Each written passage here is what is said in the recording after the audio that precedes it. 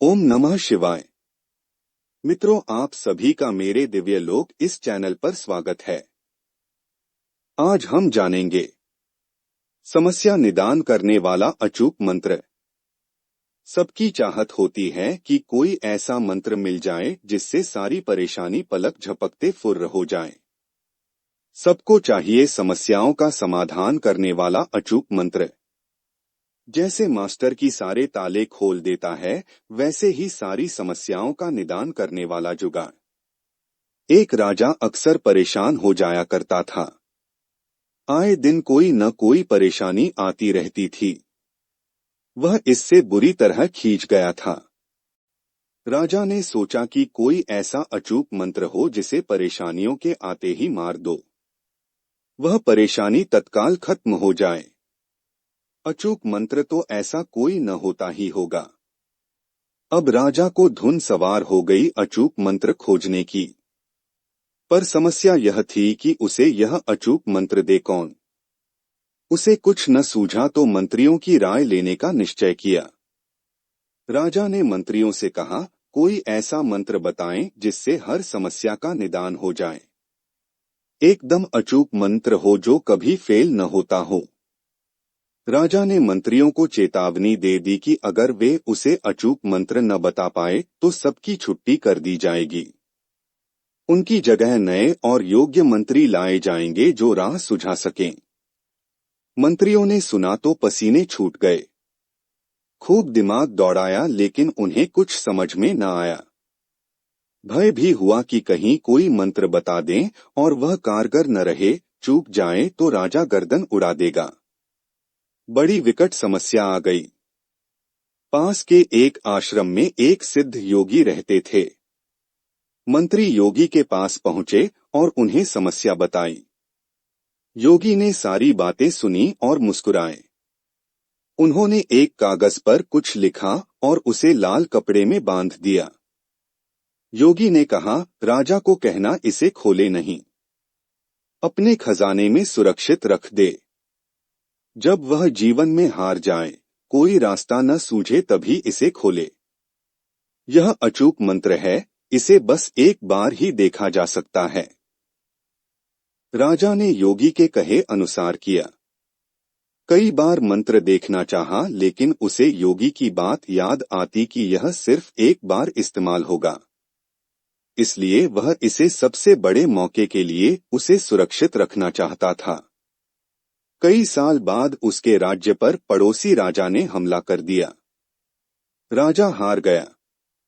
अपने खजाने से जो भी धन उठा सकता था, उठाया और दूर वन में छुप गया। उसने योगी की दी हुई पोटली भी खजाने से निकालकर साथ रख ली थी।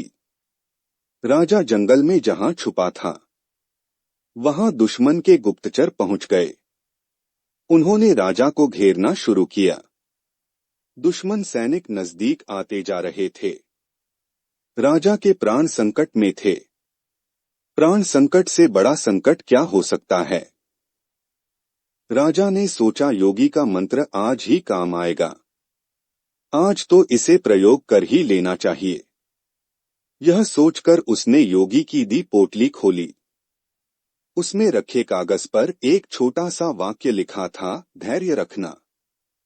जैसे अच्छा समय स्थायी नहीं होता, उसी तरह बुरा समय भी स्थायी नहीं है।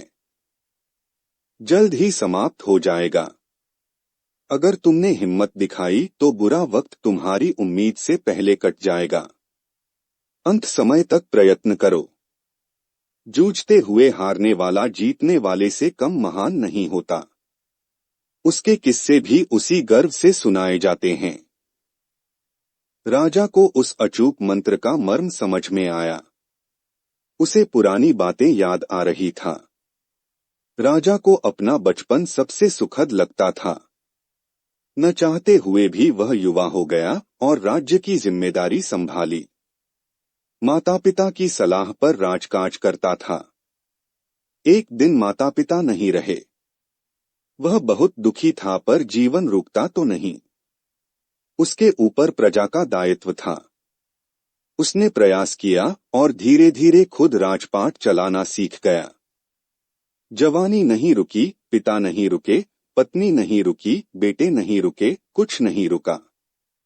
तो यह बुरा वक्त क्यों रुकेगा? कब तक रुकेगा? इसके आगे मैं क्यों हार रहा हूं? धैर्य से प्रतीक्षा करता हूं, प्रयत्न भी करता हूं, फिर ईश्वर राह दिखाएगा।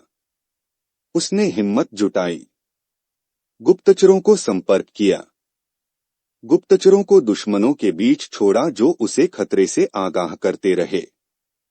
राजा ने वन में रहने वाली प्रजा को संगठित कर सेना बनाई, पुराने सैनिकों से संपर्क किया, गुपचुप एक रात शत्रुओं के सबसे बड़े शिविर पर चढ़ाई कर दी। जोरदार युद्ध हुआ। शत्रु सैनिकों को इस हमले आशा ही न थी। कुछ ही देर में शत्रु ढेर हो गए।